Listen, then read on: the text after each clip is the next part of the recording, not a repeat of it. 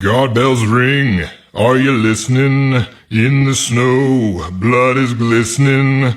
A terrible sight, we're killing tonight. Walking in an evil interlude.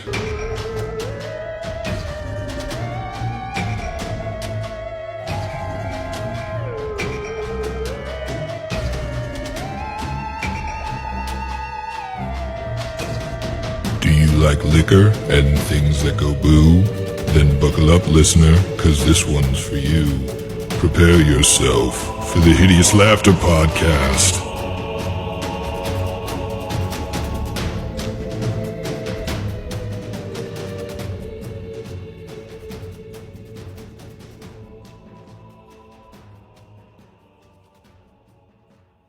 Hey everybody, welcome back to the Hideous Laughter Podcast, part 3 of this evil interlude for the Christmas, Hanukkah, Kwanzaa, every other holiday spectacular. Guys, I gotta ask around the room, I know we've been drinking all fucking day, but what are you drinking now?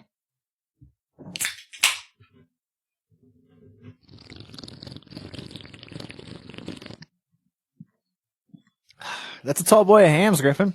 Oh, I knew the hams would come back. What about you, Brooks? Only seems right.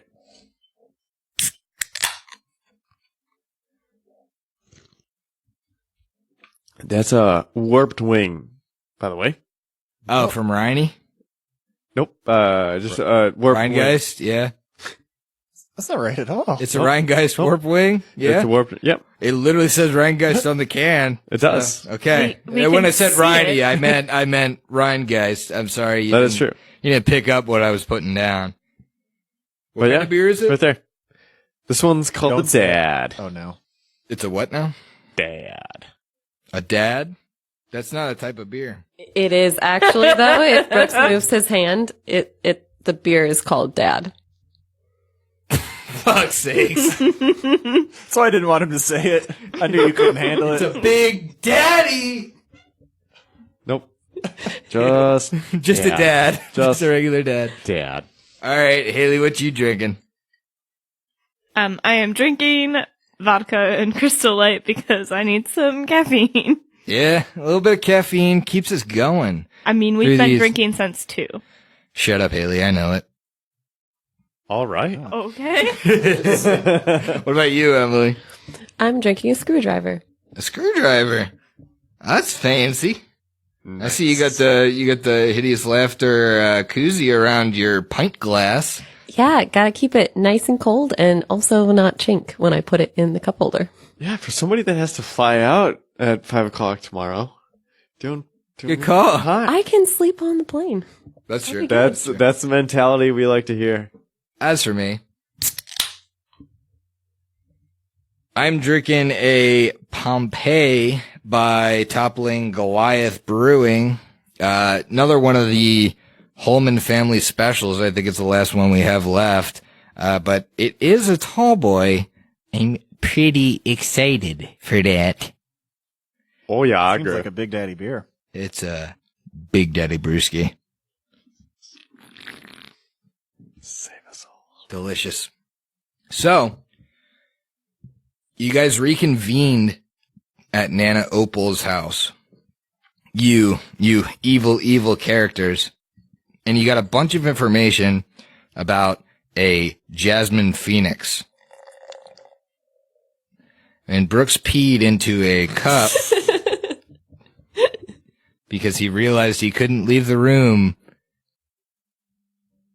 We're very strict about Yeah, no, I Other, told like, you guys you have to pee in a times, cup yeah. if you're not, you can't go out to leave and go to the bathroom. You got to pee in a cup. we podcast 24/7. We're like 24-hour truckers here. We're all on amphetamines and we're all pissing into cups. we're ready to do whatever it takes for this podcast. Whatever it takes to stay up 24/7 and never leave the table. Yeah, we've got For about this 25 podcast. episodes worth of piss jugs in here. Nasty, but true. They'll be worth a lot someday when we get famous. One day. I'm not sure about that, to be I honest. don't know. Have you ever seen what Patrick Swayze's piss jugs sell for? You know, Probably more than my piss jugs. Probably more than your piss jugs. That's a true statement. No one should be buying nor selling piss jugs. Haley, it's fucking Patrick Swayze. They're definitely buying his piss jugs. I mean- especially since he's been dead for a while.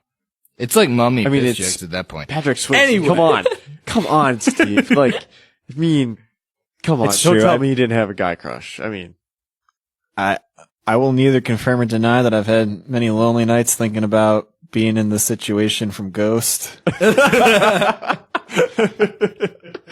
So, you guys reconvene at Nana Opal's house. You all have information about Jasmine Phoenix. Are you guys sharing that information? Vivian would pull out the letters that she stole and say, I found these in her desk. I think Oren might find them interesting. oh, Doctor, you've really outdone yourself this time. Just so beautiful in every single way, and oh, your skin is just shining with absolute joy. Here, let me copy that down, and I think the original can absolutely go to our friend Oren.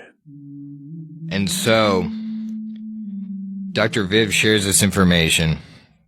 And I think you all have kind of the rest of the information because you mostly chatted with each other during the Horus's Ascension celebration.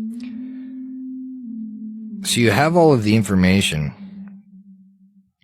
And that night, as you all bed down, Nana Opal in her regular bed, saw in the mattress / probably just tiny bedroll at the foot of Nana Opal's bed, and then Mr. Turner and Dr. Viv in separate beds in a small room. Can we have bunk beds? Sure. In bunk beds in a small room. Who's on top? Because- I think that's pretty obvious, to be honest. Ed Turner. Okay. Called it GM Fiat. Throwing the book down. So, in the middle of the night, you all feel this burning. This burning in your wrist.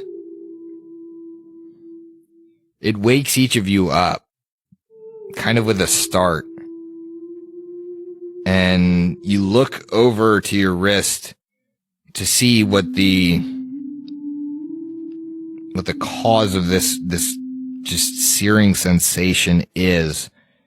And you see a skull, and you see it's gagged, and you see it's just below your palm on your wrist. And then you each hear a voice. You've done well. You've done exactly what I've asked. Take a week or two off. You've earned it. Meet with me on the pale night, and we will celebrate. For the night of the pale is one of our most sacred and most wonderful occasions. You'll meet all the spirits of those you've ended this year. Meet them well and meet them brave, and sup with me that night. For I have good tidings to bring, and another task for you still. Sleep well. And the voice fades, and you can each tell it was certainly the voice of Arin Vrood, asking you to meet with him. I don't like the phrase, you can sup with me. Excuse me, this is a fantasy world, and they use that, like, to mean, like, that you go have a meal with somebody, but, sorry. Can Mr. Turner, can he do a knowledge arcana on the wrist Yep. tat? What you got, boy? 12 on only. Or 13, unfortunately. With a 12 or a 13, you don't know too much about it other than that it's a mark of members of the Whispering Way. Okay. It's kind of like a part of the rite of passage into becoming a member. And I think Mr. Turner doesn't remember being tattooed or anything, so that might come as a surprise to him that he has this mark. He is very curious as to Oren's, I want to say, like, battle background. I guess. Like out of what he character, is. like his Yeah. class. So you can make me a knowledge local. Oh, sure. 17. You can tell that he's some sort of necromancer. At the same time, from the last time you saw him, you can tell that he's become more undead than living. You can tell with the fangs and the red eyes that he's progressed to a level of undeath that there's no way he could likely revert from. Okay. And I think Mr. Turner might, with his religious experience in mind as well, think, oh, maybe he's some sort of vampire or another type of undead that uses fangs as a primary form of attack. You realize that he didn't have those fangs before when you met him. That's exactly what Mr. Turner tipped off on to start. And with the message coming through the tattoo that I guess Saw now has on his wrist, even though he's covered with other sorts of tattoos, he's going to kind of start up in his sleep. I imagine it's kind of the middle of the night. And he's going to peer up over the edge of the bed and make sure that Nana Opal is sleeping peacefully. And if she is, he's just going to curl up in a ball and fall back asleep because he's happy that he knows that he did a good job. Cute. So you guys wake up in the morning, and I'm sure Nana Opal can prepare a hearty breakfast for the party. Breakfast of children, I'm sure. And as you guys are eating breakfast, you hear a characteristic tap, tap, tap, tap, tap, tap on the window of the kitchen. It's Aranel. And you see, I imagine Nana is probably the one that sees because she's preparing breakfast. She sees a raven at the window, and it's carrying a letter. Okay, so I guess I would probably open the window and take the letter. Okay. So you open the letter, and it reads, "To my faithful servants, please meet me in my estate outside of Lepidstadt for a feast on the night of the Pale. We shall share information and gifts, and then you shall do my bidding once again. Signed, Aaron Vrood."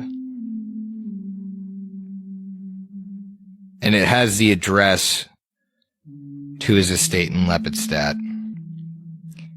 You know that coming right off of Ascension Day, basically. Ascension Day is the 11th of Chthona. Night of the Pale is the 31st. The last day of the year, the calendar year.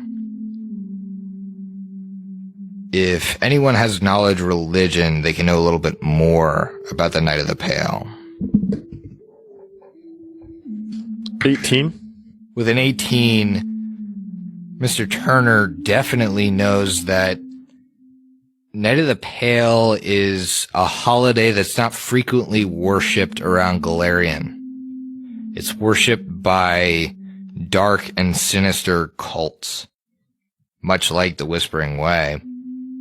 He knows that the Night of the Pale is when the spirits that have been brought forth by deaths in the previous year enter Galarian and seek vengeance, seek retribution, seek thoughts of malice. Malice? Malice. Oh no.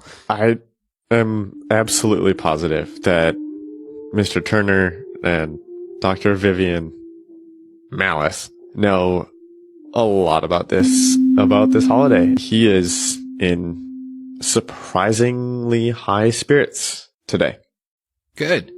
I mean, he does know, like, this is a high honor from a high level cult member to be asked to his estate, basically, to celebrate the unholiest of unholies. Zon-Kuthon, the god of pain, the god of death and pain, is held in high regard. You know this. And so you can imagine that Arin Vrood is the kind of man that would take great pleasure in this type of holiday, would relish it, would enjoy it, would celebrate it to its fullest.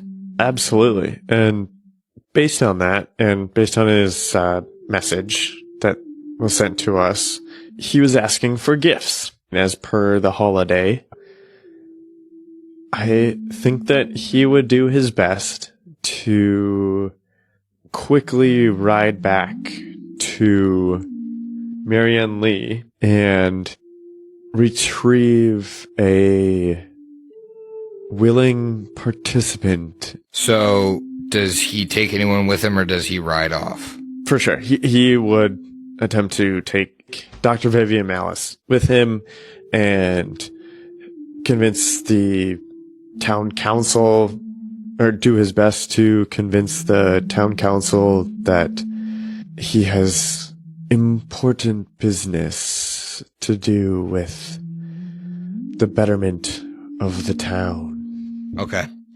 And then ride off, but in doing that would do his best to take the least important person in town, which Sure. I believe is dwindling a lot. Yeah, the population probably is not doing so hot after you guys killed like 50 of them. So I imagine, does Dr. Viv go right with him? Is that a thing? Yeah, if he asked, she would go with him, but she would also warn him that we should maybe be a little careful. We told Jasmine where we were from, and I don't think she likes us. There might be extra guards there now. We may not be so welcome anymore. Doctor, I can't believe I've overstepped my abilities here. This has made me so confident in your abilities. I cannot thank you enough. You are so right. And Mr. Turner would completely abandon the story, or completely abandon that. That He'd plan. abandon that thread, so he wouldn't want to go back. Yep. Nope. That's that. You know where Nana Opaland saw live is in a town, but it's roughly between the city of Lepidstadt and Ravengrow. So, little tidbit for you. What is Saw thinking at this point? Well, Saw is happy that they did a good job, and, it was proven by the message that they got or whatever. But as far as any sort of gift that we're going to give this dude, I mean, he's going to defer to Nan or Opal, but with the caveat here that obviously if she asks anything of him, like, go get somebody or go get something or go do this, go do that, he's going to do it. Yeah, that's, I mean, I guess if it wasn't distinctly obvious, Mr. Turner was trying to bring a live gift. Yeah. Oh, I totally understood that. Yeah, okay. Yeah. Yeah, that was real subtle, bro. Oh no, get the homeless dude that's dead.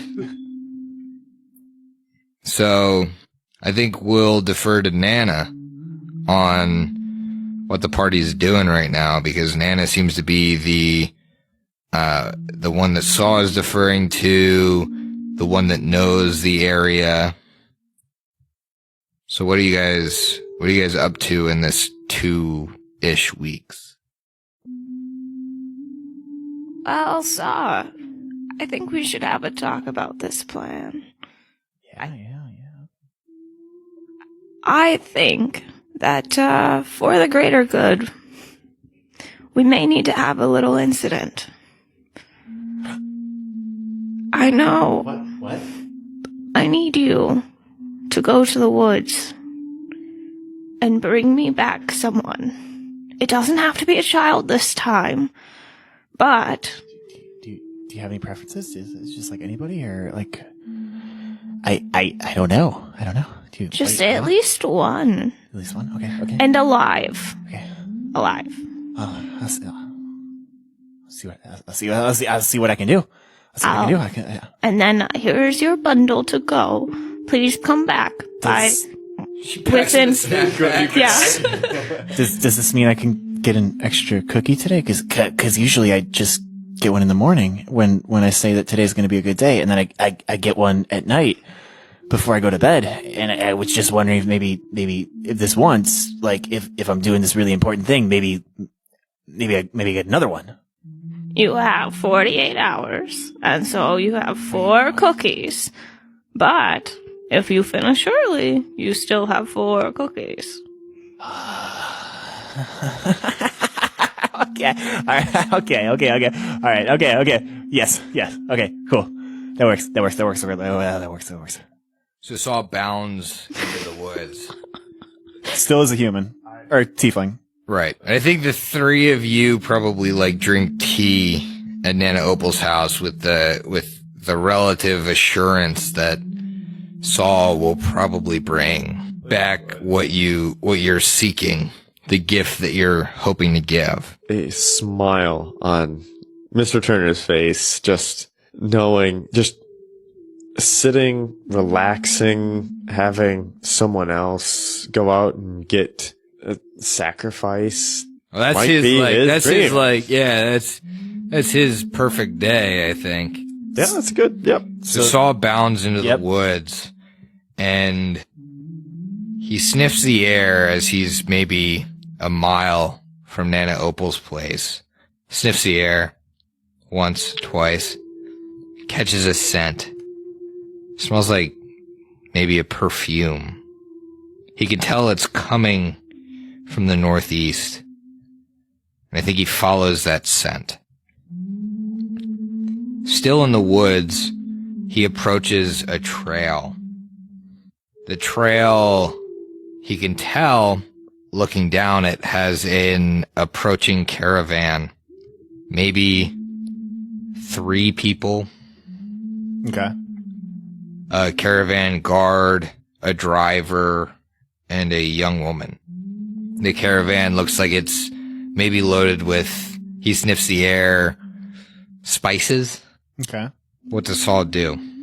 I think Saw just kind of walks out of the brush in front of the party and kind of puts up both of his hands just to slow him down, like he's some sort of he like a hitchhiker or something. Yeah, he's not looking intimidating or something. Okay. So the path is too thin for them not to slow down or risk running you over. The caravan slows. and the driver says, "Oi, what do you need? Why are you out here? What are you doing over here?" Hello, sir. I think there's something you can help me with. And today's gonna be a real good fucking day. What do you mean by that? Come closer. There's something I think the two of us can talk about. There's something I need to talk about. And I think he hops down from in front of the two horses dragging the carriage, and he walks towards you. He's still relatively skeptical. He's got a whip in hand. He doesn't seem to fully trust you, but he will walk towards you because you are blocking his way. You see, I'm on the run. I'm trying to outrun my demons, but they're catching up. And there's a sickness in the air. I think sickness is in season. And, oh, this feels so good. But between the two of us, I'm starting to admit that I'm having a problem. And today is gonna be a real good day. And today is gonna be a real good day. And as he's doing this, he raises his hands and he starts clawing at his face, and he drags his 4 fingernails down the skin of his face, and he's tearing into his face. And as he does, his fingernails essentially come loose and fall down, and he's dragging these bloody scratches down his face. And by the time he gets to the bottom half, he starts sloughing off the skin, and under it is this bright orange fur burst out, and he erupts into tiger form, and he just takes one giant paw swing at this guy and knocks him to the ground, just absolutely eviscerates him in one shot, bounds up to maybe there's a guy, The caravan guard. the caravan guard, and gores him and raises his head up, and the guy is on his head, and he shakes him back and forth like a wet dog or a dog that has something in its mouth, and the guy's body just comes apart as he's being shaken back and forth on these 2 horns. Oh man. Getting into it, Some folks. hands here, guys. That sounds almost empty. Like you should open another. It's close. And then I imagine the last person left in the caravan is this lady. Mm-hmm. And she's screaming, and he pads up to her. And as he does, he changes back into human form, and he gets close to her, and he puts his hand around her neck, and he just whispers in her ear, "I have a real problem, and you are gonna help me solve it." And He knocks her out. knocks her out with like the butt of his greatsword. You all spend the evening drinking mint and juleps on Nana Opal's porch. It's a wraparound. Thanks, Saw. And you watch a form exit the forest, and he's got a slump on his shoulder, and it's Saw, and he's got a woman with him, and he comes back to the house. Does Nana Opal give him a cookie? Nana.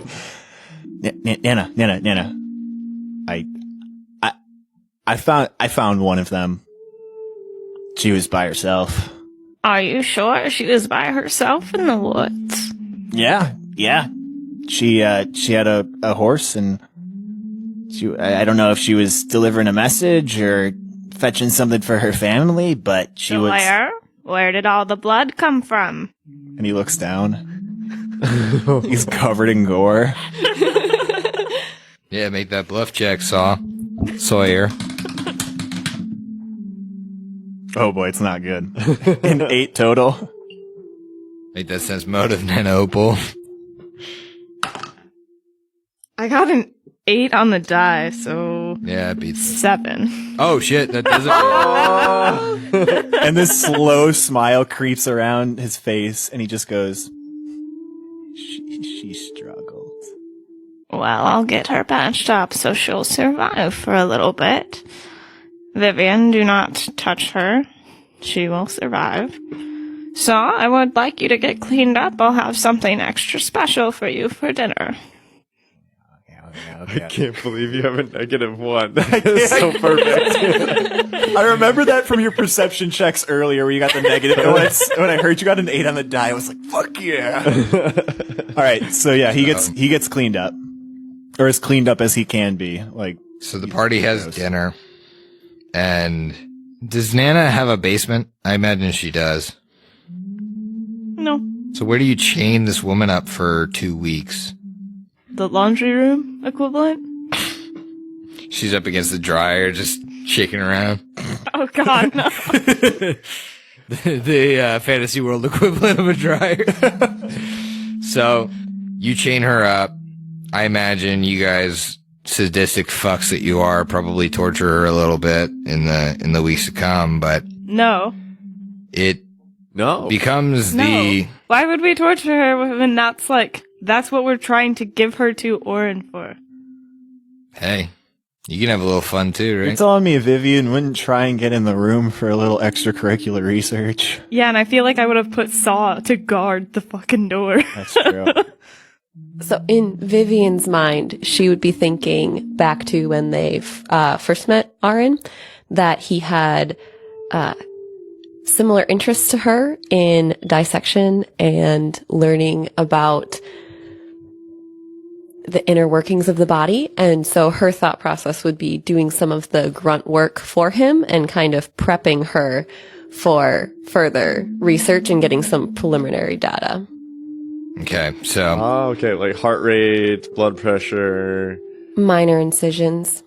But yeah, if you're going to do that stuff and Nana Opal tells me to guard the prisoner, Saw's just watching you like an eagle while you're... making sure you don't kill her, essentially. Yeah. And Vivian wouldn't go against something that would like cause trouble within the party. Like she's a team player, but she would, if given the chance, do some preliminary work, but would leave the fun parts for Orin. So just don't hit the major arteries. No big deal. Mm-hmm. So it becomes the final days of Chthona, and you realize that you need to make it to Arn's flat in Lepidstadt. You need to bring this gift with you. So I imagine you mobilize, and you do your best to cover up the fact that you have a live person with you. Maybe Nana Opal gives her a knockout cookie or something to sedate her. But I imagine you make it into Lepidstadt. Between that command and charm person, between Ed and I, like, we're fine. Yeah. And you don't really have to be in the city proper because Arin's estate is outside of the city. You come up to this, not sprawling, but it's a pretty impressive looking estate made of black obsidian. And it rises up from the ground, much like a tombstone from a graveyard. It's imposing, and it sits amongst 40-foot tall trees. It's kind of in the woods, but you know where to go. You enter the gates unscathed, but those of you with detect magic do notice that this would have been an issue had you not been in Arin's good graces. You walk up the cobblestone path and knock on the door, and Arin greets you. Hello, travelers. It's wonderful to see you again. And you can see that Arin's skin has taken on a ghostly white hue. He's wearing a suit of all black, but with a scarf of red. And it's kind of wrapped around his neck and down his chest. And he looks at all of you and he says, "Welcome on this the holiest of holies.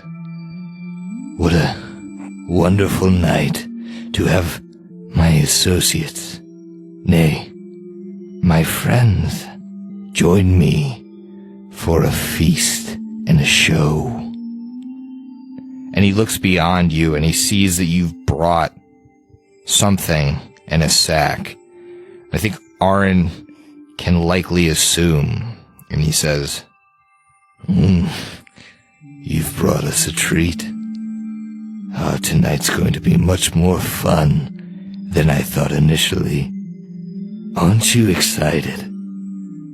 Now you can see how the way deals with, well, I guess it's just the living. Because anyone living clearly has earned what we're about to show this poor woman. And he releases her from the sack that you've brought her in. She's still kind of slumped over, and he pulls her inside and he beckons you in. And you enter this house devoid of light. You can't see anything. There are no candles, nothing to light your way. Those of you without dark vision honestly are relatively blind. You can't see much unless you cast a light spell. Who has dark vision and who doesn't? I do. So you and I do? In tiefling form, I do. Okay. So Mr. Turner and Dr. Viv are relatively blind without some sort of light spell. And I think Aaron turns back to you and he says, how silly of me. You're still among the living, aren't you? And he kind of touches one of Vivian's daggers, and it springs to light, and you can see down the hallway. And he leads you down this hallway, and it looks like this house hasn't been lived in. It's weird. You know that Aaron supposedly lives here, but there's cobwebs everywhere. It just looks like someone hasn't swept in like a year. It's kind of filthy, but he leads you into this almost extravagant meal hall. And there's this long ebony table. Sit, please. The four of you sit down. We have much to discuss and more to enjoy. So the party sits down, and Aaron almost effortlessly, with one arm, throws this woman onto the table, binds her to the table legs, arm in arm and leg in leg, and sits at the head of the table. So, I hear you have information on a certain Jasmine Phoenix. Is that true? Yes. And Vivian will pull out the letters and hand them over and say, we found these in her desk. I think they'll be of interest for you. Aaron will open them up, and he looks at them, quick glance, and he says, you found her address. How wonderful for us. This is going to make what I'm about to ask much easier on you. You see, we can't have people like Jasmine Phoenix interloping and destroying our plans. It's just, it makes us look weak, doesn't it? And he looks at all of you for a response. She was small-minded. She doesn't understand what we are trying to do here. She needs to be eliminated. Wouldn't want to seem weak. When we are the stronger, the living are the weak. Jasmine Phoenix is the weak. But please, it is the night of the pale, and I need you each to sit, for we have a feast prepared. And he claps his hand, and as if by some sort of magic, plates float into the room. And these plates contain meals, but they're not what you would typically like to eat. You can tell most of it is roasted human. For Aaron, it is raw. Shanks of leg, bits of arm, a glute there for Saw. Yeah. You're telling me that Saw eats the booty? That's right. Cannon. And Please. Show your devotion. Dig in. And he begins to just absolutely tear into the calf. Looks like a woman's calf. You can see the foot is still attached, and he just tears into it, licking the blood from the side of his face. And then he looks at each of you expectantly. no hesitation, Saw digs in just as eagerly as he does. Saw digs in. What am I eating? Glute. All right, I got that glute. So I'll just remember your manners. And she starts cutting up her food very carefully. And And he stops and puts the napkin in his lap. And then starts eating again. Why, I see you've prepared a delicacy for us. It's not every day you get to have the finest. Please, enjoy. Why, we are celebrating indeed. And Mr. Turner would cut it up into fine, tiny bits, and just to be so proper about it that it's so tiny that he doesn't have to look like he's chewing it. Gotcha. Vivian has ripped people's arms off before while in No. feral stage, so this is not anything too new to her, but she won't be quite so proper, and she'll kind of pick it up and gnaw on it more like she's used to eating human. Wow. does she prefer it raw? She hasn't ever had cooked human flesh before, so this will be a It's new cooked. experience. I mean, it's cooked to like rare, but it's cooked. Yeah, no, I just meant like, does she prefer it raw, like Oren? Orange is not cooked. My dear, I do apologize. It's my bad. I knew you were among the living. I thought that maybe you would appreciate some sort of cooking on your flesh. I am beyond such things. Cooking flesh seems silly to me now, but I understand. I understand where you would be coming from. There's less risk of disease for us. Cooking is probably a good idea. There won't be much risk of disease if you can follow through on what I have to ask tonight. But enough of that. How are your meals? Delicious, I hope. I just find it incredible that Dr. Vivian is probably the most savage at this point of our group. I mean, know. Saw just dug in too. I don't know. He tried, but like he's making visible strides forward. Yeah, right. I stopped and tried to get a little bit more proper because, you know, I've got my grandmother in front of me and I want to be respectful. good. I want to be respectful. He's a good boy. Yeah. Now, Okay. I see that the four of you have brought a gift for me beyond your information.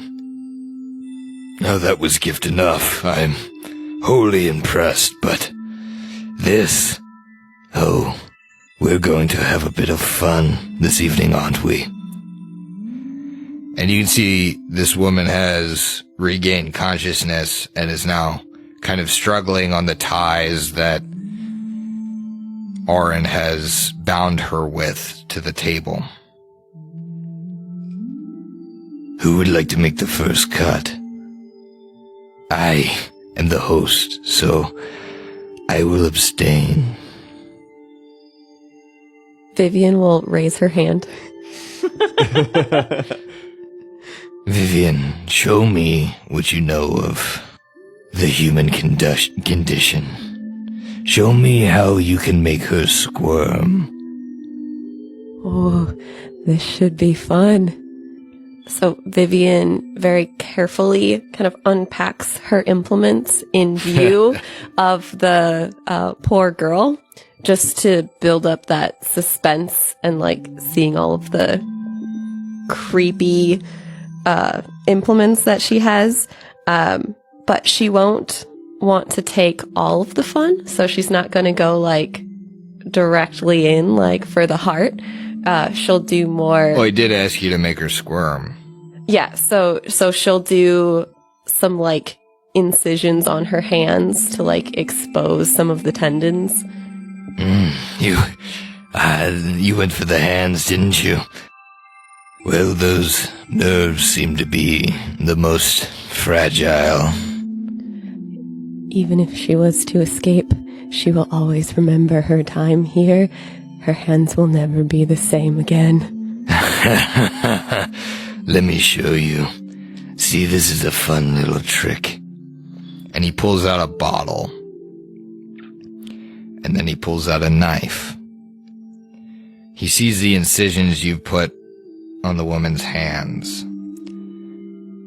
And he turns her hand over. He digs the knife under each fingernail, popping it up. One by one by one by one. And then drops 2 drops from this bottle onto each exposed finger bed. You see, this acid acts slowly. It doesn't kill the nerves, but it prolongs the pain. She's going to feel this for an hour. You should take notes, Vivian. With that kind of extension, we could get so many time points. This data would be so relevant. And she'll pull out a notebook and just start like taking meticulous notes and like trying to count the seconds. And he looks over at Saw. My boy, Hello. you still look hungry. I'm very hungry. And you see his fingernails elongate as he slices the other arm off of the woman and tosses it to Saw. Dig in. Yeah, so Saw tosses he grabs the hand out of midair. Or where did he cut the arm? He cut her at about the elbow. Right about So the it's elbow. basically her forearm. He grabs it out of the air and holds it up to the top of his head, where he has his like little 2-inch tiefling horns, and runs the forearm completely down one of those horns, and it kind of opens it up a little bit.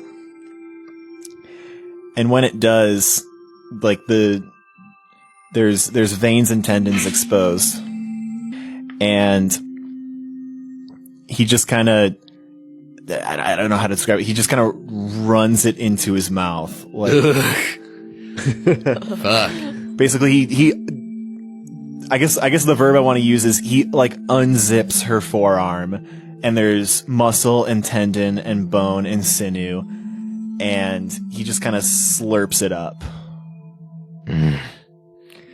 That's how a real man does it.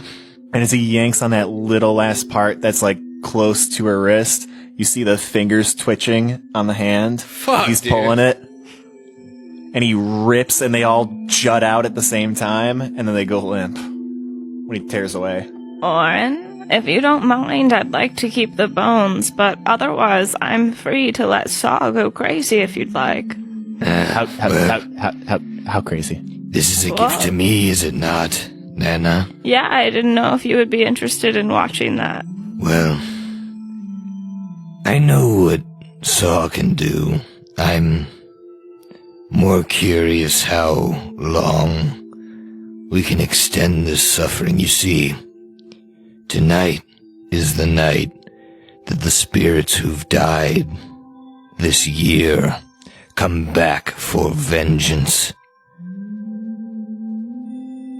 We wouldn't want her coming back on us, would we? I'd like to make sure she lives till morning. Now, it's not going to be a good life, we might have a little fun. Well, in that case, let me extend the fun a little, and she just pops her with a cure light. And you see Nice. the wound, the wound on the woman's arm seals up to a stump. And Aaron addresses the party, and he says, "Enough fun for now. This night of the Pale, you are new initiates, so you're not fully aware, but we in the Whispering Way celebrate this evening. It's a glorious evening for us. Imagine all the souls we've sent away. Can you see it, Mr. Turner?"